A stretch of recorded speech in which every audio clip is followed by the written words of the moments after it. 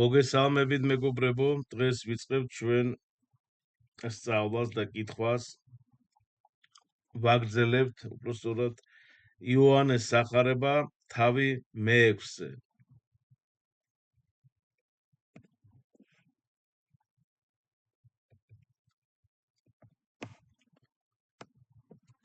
ამის შემდეგ გავიდა იესო გალილეის, ანუ ტიბერიის ზღვის გაღმა. უამრავი ხალხი მიყვებოდა, რადგან იხილეს სასწაულები, რომლებსაც ის ახდენდა ავადმყოფებზე. ესე იგი, მეგობრებო, ტიბერიის ზღვა, ანუ ტბა, ტიბერიის, გალილეის, ხო, და გენესარეთის ზღვა, ანუ ეს სამივე არის ერთ და იგივე ტბა, ასე ვთქვათ. ზღვა არ იყო ეს იყო ტბა, დიდი ტბა იყო და აქედან გამომდინარე ზღვას ეძახდნენ იმ დროს დიდი ტბა იყო და ეს სამივე ტიბერიის, გენესარეთის და გალილეის ზღვა ეს არის ერთ და იგივე ზღვა ტბა. ვაგრძელებ. იესო ავიდა მთაზე და იქ დაჯდა თავის მოწაფეებთან ერთად. იუდეველთა დღესასწაული პასექი ახლოვდებოდა. იუდეველთა პასექი ჩვენ ვიცით, ადრე გვისაუბრია რა არის, ეს არის ის დღე, როდესაც ღმერთმა, ანუ მოსეს ხელით გამოიყვანა ებრაელი ხალხი ეგვიპტის მონობისაგან და დღესაც აღნიშნავენ იუდები, ანუ ებრაელები ამ დღეს პასექს, ხო? პასეხი, ანუ ებრაულად ნიშნავს გვერდზე გამვლელს. ვაგრძელებ. იესომ გაიხედა და დაინახა, რომ უამრავი ხალხი მოდიოდა მასთან. ფილიპეს უთხრა, სად ვიყიდოთ პურები ამათ რომ ვაჭამოთ? ამას გამოსაცდელად ეუბნებოდა, თვითონ კი იცოდა, რასაც მოიმოქმედებდა. ფილიპემ მიუგო 200 დინარის პური არ ეყოფათ, რომ თითოეულ მათგანს ცოტა ოდენი მაინც ერგოსო. მისმა ერთ-ერთმა მოწაფემ ანდრიამ, სიმონ პეტრეს ძმამ, უთხრა მას. აქ არის ერთი ბიჭი, რომელსაც 5 ქერის პური და 2 თევზი აქვს, მაგრამ ამდენ ხალხს ეს რას ეყოფაო? ესე იგი, ეს მონაკვეთი გვასწავლის ჩვენ მეგობრებო, რომ იქ, სადაც ანუ ღმერთი მოქმედებს იქ, სადაც ადამიანი აღიარებს თავის უზღურებას და რწმენით მიმართავს. უფალი ითხოვს სიუხვეს არა რაოდენობით არა, არამედ რწმენით. საერთოდ 5 პური და 2 თევზით მან გამოკვება მთელი ხალხი. ყველა სასწაული იწყება მცირე გულწრფელი ძღვენით, რომელსაც ღმერთი იღებს. ეს არის ევქარისტიის საიდუმლოს წინასახე, ხო, მოასწავებს ამას, სადაც პური და ღვინო გარდაიქმნება ქრისტეს სხეულად და სისხლად და ეკლესია ამით იკვებება. ვაგრძელებ. უთხრა იესომ, უთხარით ხალხს დასხდნენ, ხოლო იმ ადგილზე ხშირი ბალახი იყო, რის ხით 5000-მდე კაცი დაჯდა. იესომ აიღო პურები, მადლი შესწირა და აქვე მინდა ვთქვათ, რომ მადლი შესწირა, ანუ ესე იგი ის ლოცულობს, ხო და მადლობას წირავს, ხო? ხელს აღაპრობს და ჩვენ ამით გვასწავლეს, რომ აუცილებლად ჩვენ ადამიანის საქმის წინ და შეგი წინა წავიკითხოთ ლოცვა და საქმის შემდგომ ლოცვები უნდა წავიკითხოთ. აუცილებლად. და ჩვენს მადლის შევწიროთ უფალს. რომ გვიგზავნით ჩვენ ყოველდღე, ესე ვთქვათ, საზრდოს, ხო, ფიზიკურ საჭმელს. ვაგრძელებ. იესომ აიღო პურები, მადლი შესწირა და ჩამოურიგა მოწაფეებს. მოწაფეებმა კი იქ მსხდომთ, ასევე თევზიც, ვისაც რამდენი უნდოდა. როცა გააძღდნენ, უთხრა თავის მოწაფეებს, მოაგროვეთ მონარჩენი ნატეხები, რომ არაფერი არ დაიკარგოსო. მოაგროვეს და ავს ეს 12 გოდორი იმ 5 ქერის პურის ნატეხებით, რაც ჭამის შემდეგ დარჩა. მაშინ იესოს მიერ მოხდენილი სასწაულის ხილველმა ხალხმა თქვა, ესაა ჭეშმარიტად ის წინასწარმეტყველი, რომელიც წუთის სოფელში უნდა მოსულიყო. ესე იგი ამით ჩვენ გვეუბნება, რა თქმა უნდა ძალიან ესე იგი ყურადღებით უნდა მივაქციო და სწორად უნდა ესე იგი საჭმელთან დაკავშირებით და სწორად უნდა გქონდეს, უნდა გადავაგდოთ ასე შემდეგ, ასე ვთქვათ. და ასევე აქ აი სულიერი სწავლება გვეუბნება ჩვენ მამები, რომ უფალი ზრუნავს ჩვენზე სავსები და არც ერთი ადამიანი არ დარჩება უყურადღებოდ. მისი მადლი არასოდეს არის შეზღუდული. ვაგრძელებ წყალზე სიარული. როცა იცოდა რომ აპირებენ მოსვლას მის მოსატაცებლად, რათა გაემეფებინათ, იგი იესო კვლავ გამარტოვდა მთაზე. ნახეთ წმინდა იოანე კრუპირი წერს ამასთან დაკავშირებით, ეს იყო ხალხის შეცდომა, რადგან ისინი გრძნობდნენ, რომ მისი ძალაუფლება ხორცილად გამოიხატებოდა. მაგრამ იესომ მკაფიოდ აჩვენა, რომ მისი მეფობა სულითად და სულიერად იყო. ანუ უფალი ეწინააღმდეგებოდა, რა თქმა უნდა, დიდებას და გვასწავლის, რომ სულიერი საზრუნავი და მეფობა გაცილებით მნიშვნელოვანია. აი საკმაო მნიშვნელობა არის რწმენა, რომელიც უხილავია და 64-ის სასופელში, ესე იგი სასופელისკენ მოაქვს. უფალი ეწინააღმდეგება მიწიერ დიდებას და გვასწავლის, რომ სულიერ საზრუნავი და მეფობა გაცილებით მნიშვნელოვანია. ვაგრძელებ. როდესაც მოსაღამოვდა, მისი მოწაფეები ზღვაზე ჩავიდნენ, ავიდნენ ნავზე და გაემართნენ ზღვის გაღმა კაპერნაუმისკენ. ჩამობრუნდა და იესო ჯერაც არ მისულიყო მათთან. ძლიერი ქარი ამოვარდა, ზღვა აღელდა. 25 თუ 30 სტადიონი რომ გასურეს იხილეს ზღვის ზედაპირზე, იესო ნავს უახლოვდებოდა და შეეშინდათ. მან კი უთხრა მათ, მე ვარ, ნუ გეშინიათ. აი მეგობრებო, რამდენჯერ ამბობს უფალი, რამდენჯერ ეს შეხვდება სახარებაში, აი ეს სიტყვები, ნუ გეშინია და აი დღესაც უფალი ჩვენ გვეუბნება ამ სიტყვებს, ნუ გეშინია, იმიტომ რომ ჩვენ ადამიანი ზოგადად ვართ ესე უძლურები და სუსტები ვარ და რაღაცა განსასწრებში რო ჩავარდებით, არამე პრობლემა გვექნება რაღაც ცხოვრებაში, ხო, რაღაც გაჭირვება ყოველთვის სხვადასხვა საშუალებებს მიმართავ და უფალი გეუბნება, აი ამ აქედან გეუბნება, რომ აი ნუ გეშინია, ხო, და ჩვენ რა თქმა უნდა არ უნდა შეგვეშინდეს რამე თუ ჩვენთან არის ღმერთი, ასე იყოს, დიდება მას. ვაგრძელებ. უნდოდათ ნავზე აეყვანათ იგი და ნავი მაშინვე იმ მიწაზე აღმოჩნდა, სადაც მიდიოდნენ. მეორე დღეს ზღვის გაღმა მდგომა ხალხმა დაინახა, რომ იქ სხვა ნავი არ იყო, გარდა ერთისა, რომელშიც მისი მოწაფეები ჩასდნენ და რომ არც იესო ჩამჯდარა ნავში თავის მოწაფეებთან ერთად, არამედ მხოლოდ მოწაფეებმა გაწურეს. სხვა ნავებიც მოვიდა ტიბერიიდან იმ ადგილს მახლობლად, სადაც ჭამეს პური მას შემდეგ, რაც უფალმა მადლი შესწირა. რა კი დაინახა ხალხმა, რომ იქ არც იესოა და არც მისი მოწაფეები, ჩასხდნენ ნავებში და მივიდნენ კაპერნაუმს იესოს საძებრად.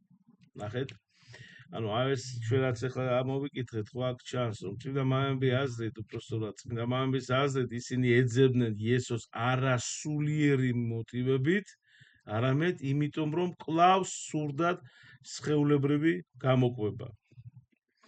ვაგრძელებ. როდესაც იგი ზღვის გაღმა ნახეს უთხრეს მას რაბი როდის მოხვედი აქ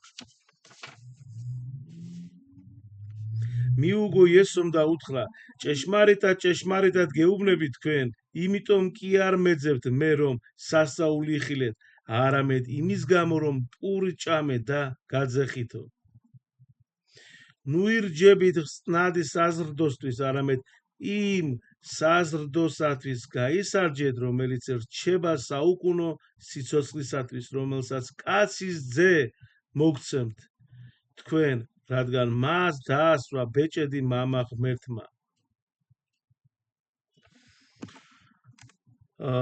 ამბო მოდით ნახოთ წმინდანები რას გვეუბნებიან ამასთან დაკავშირებით ესე იგი არ ეძებო მხოლოდ მიწიერი სარგებელი ღმერთში ჩვენ არ უნდა ვეძებოთ ამ ქვეყნიურ რას მიწიერი ხო სარგებელი ეძებე ქრისტე როგორც მარადიული სიცოცხლის მომცემი და აი აქვე ესე იგი ეკითხებიან მას უთხრეს მას როგორ მოვიქცეთ რომ ღვთის საქმენი ვაკეთოთ მიუგო იესომ და უთხრა მათ ესაა საქმე ღვთისა რომ ირწმუნოთ იგი ვინც მან მოავლინა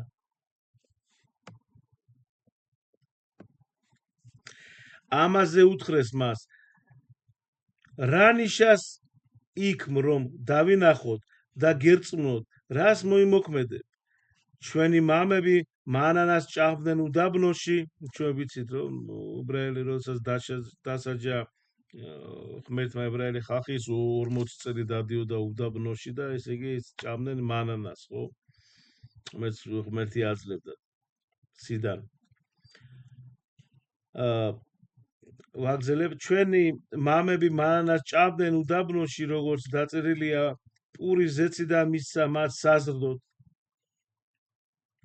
უთხრა მათ იესომ ჭეშმარიტად გეუბნები თქვენ მოსემ კი არ მოგცათ პური ზეციდან არამედ მამა ჩემი გააძლევს ჭეშმარიტ პურს ზეციდან რადგან ღვთის პური ისაა რომელიც ზეციდან ჩამოდის და სიცოცხლეს აძლევს წუთის ოფელს მაშინ უთხრეს მას უფალო მუდამ მოგვეცი ეს პური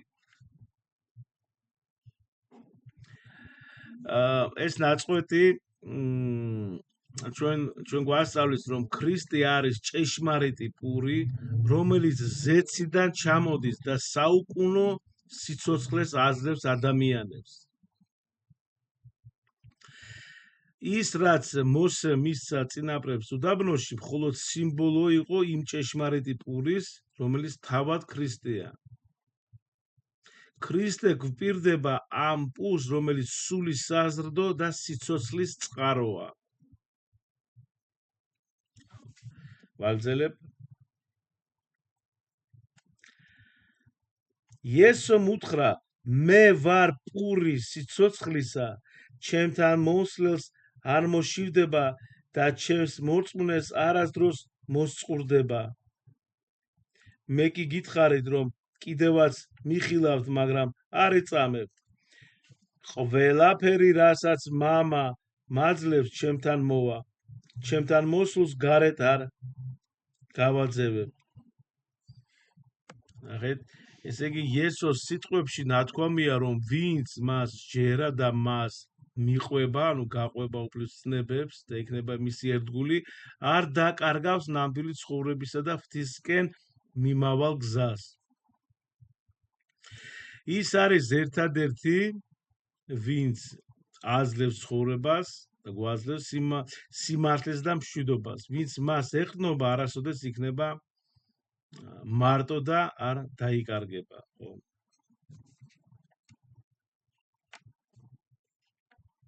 ვაგზელებ რადგან ზეციდან ჩემი ნების აღსასრულებლად კი არ ჩამოვედი არამედ მისი ნებისა ვინც მე მომავლინა ეს არის ნება იმისა ვინც მე მომავლინა რათა რაც მომცა არაფერი დამეკარგოს არამედ ყველაფერი აღვადგინო უკანასკნელ დღეს ჩემი მამის ნება ისაა რომ ყველას ვინც ძეს იხილავს და ირწმუნებს საუკუნო სიცოცხლე კონდეს და მე აღვადგენ მას უკანასკნელ დღეს. ესე იგი იესოს სიტყვები ნათქვამია, ხო? აი ესე იგი ნახეთ წმინდა ბასილი დიდი აღნიშნავს, რომ იესოს გამოცხადება და მისი სიტყვები ადამიანებისთვის გზაა, რომელიც მათ მარადილ სიცოცხლეს აძლევს. თუნდაც ისინი ფიზიკურად მოკვდნენ, რადგან ქრისტე აღადგენს მათ უკანასკნელ დღეებში, ხო, როდესაც საყოველთაო იქნება საყოველთაო აღდგომა. შემდეგ ვაგრძელებთ. იუდევლები დრტვინავდნენ მის გამო, რადგან თქვა, მე ვარ პურის ზეციდან ჩამოსული. ამბობდნენ, ეს იესო არაა, იოსების ძე, რომლის მამას და დედას ვიცნობთო. როგორ ამბობს, ზეციდან ჩამოვედიო?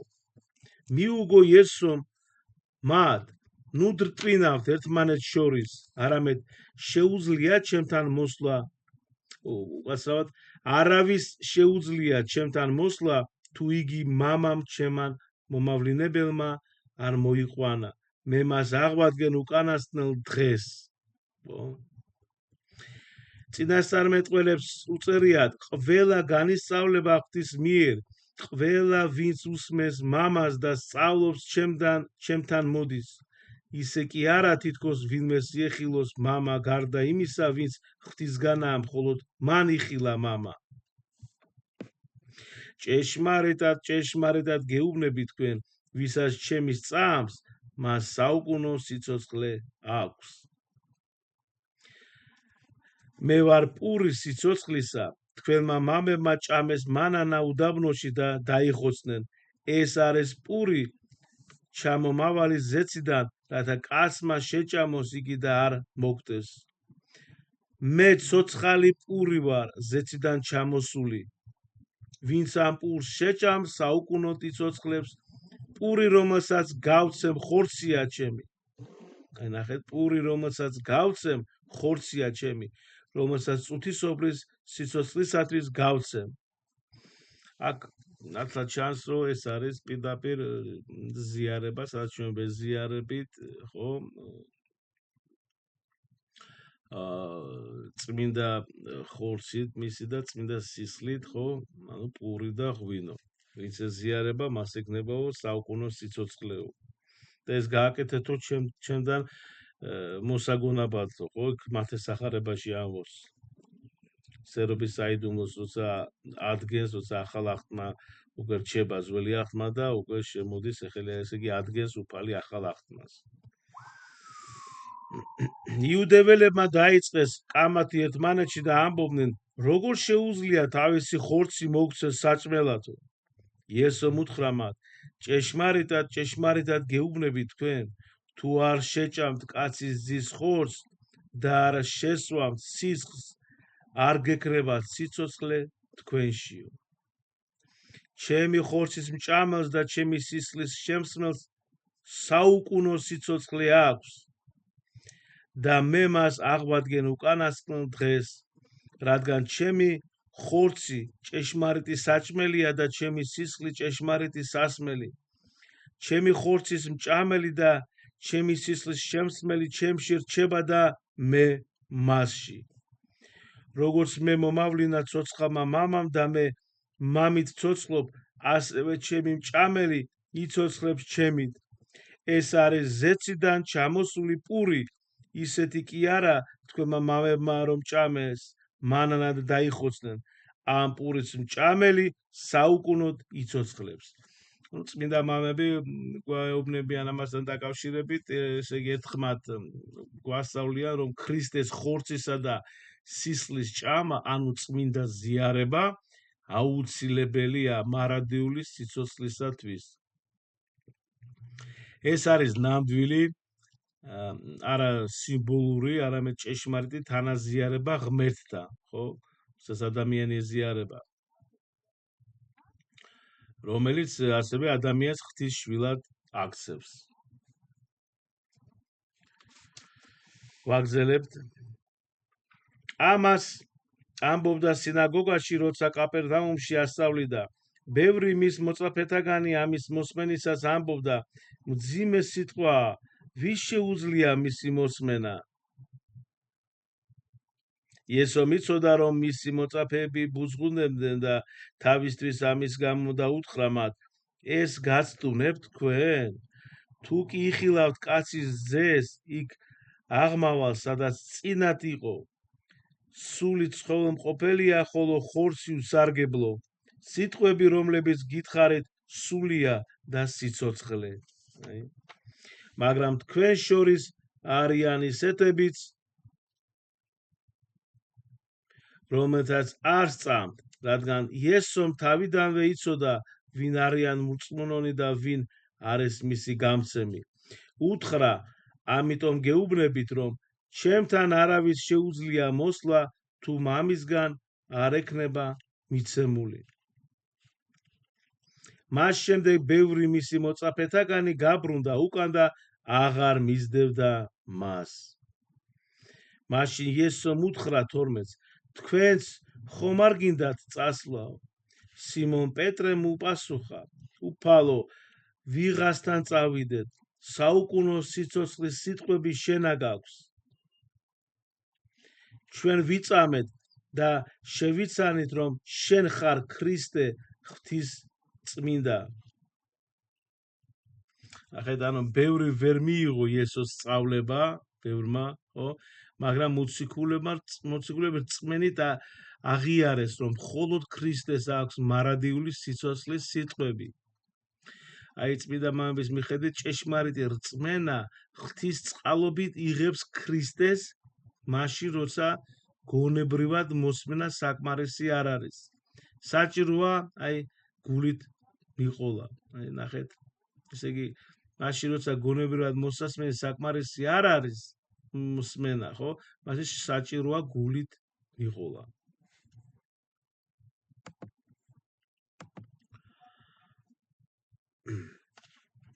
და ვამთავრეთ, დაგვჭირა ორი სტრიქონი. ჩვენ ვიწამეთ და შევიცანით, რომ შენ ხარ ქრისტე ღვთის წმინდა. მიუგო იესომ 12 არ აგირჩიეთ, ერთი თქვენგანი ეშმაკია. ეს თქვა იუდა სიმონის ძეზე ისკარიოტელზე, რადგან მას ერთ 12 თაგანს უნდა გაეცა იგი.